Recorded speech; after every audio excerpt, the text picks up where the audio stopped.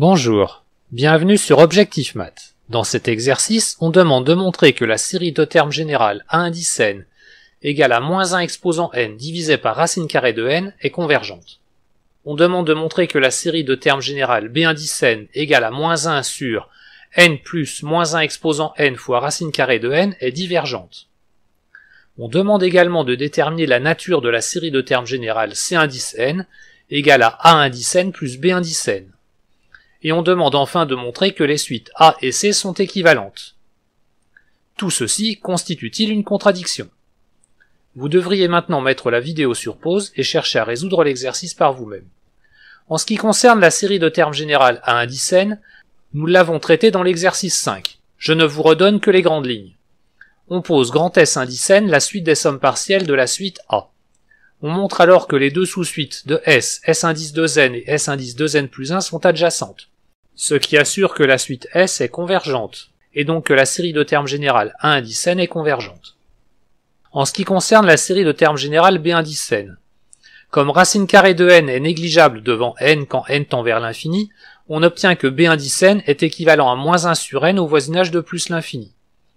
Mais la série harmonique est divergente, et le théorème de comparaison à une série de Riemann nous assure que la série de termes générale B indice n est aussi divergente.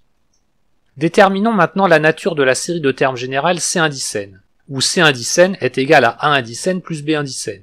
On peut écrire que pour tout entier n non nul, B indice n est égal à C indice n moins A indice n.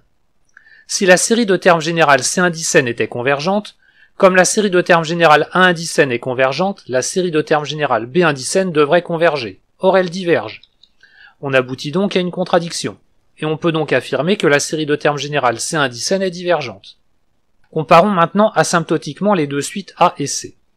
On a pour tout entier naturel n non nul, A indice n égale à moins 1 exposant n divisé par racine carrée de n, et on a vu que B indice n est équivalent à moins 1 sur n quand n tend vers l'infini. Donc B indice n est négligeable devant A indice n quand n tend vers l'infini. On en déduit que A indice n plus B indice n est équivalent à A indice n quand n tend vers l'infini. On a donc montré que C indice n est équivalent à A indice n quand n tend vers l'infini. Y a-t-il un théorème faux dans le cours? Nous avons montré que les suites A et C sont équivalentes au voisinage de l'infini.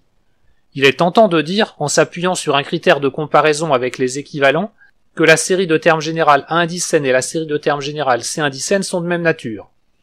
Mais nous avons aussi montré que la première est convergente et que la seconde est divergente. Il est important de remarquer que la suite A indice n n'est pas de signe constant, et le critère de comparaison avec les équivalents ne s'applique qu'avec les suites de signes constants. Et donc non, il n'y a pas de théorème faux dans le cours. Voici une technique qui pourra vous tirer parfois d'affaire. Supposons que l'on doive étudier la nature d'une série de termes générales U indice n.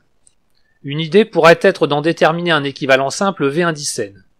Si la suite V est réelle de signe constant, on pourra dire que les deux séries de termes générales U indice n et V indice n sont de même nature. Mais si ce n'est pas le cas, il ne faut pas forcément laisser tomber. On pourra chercher une suite W équivalente à la suite U-V. La nature de la série de termes générales V indice n et celle de la série de termes générales W indice n peuvent renseigner sur la série de termes générales U indice n. Voilà, cette vidéo est terminée, à bientôt sur Objectif Math.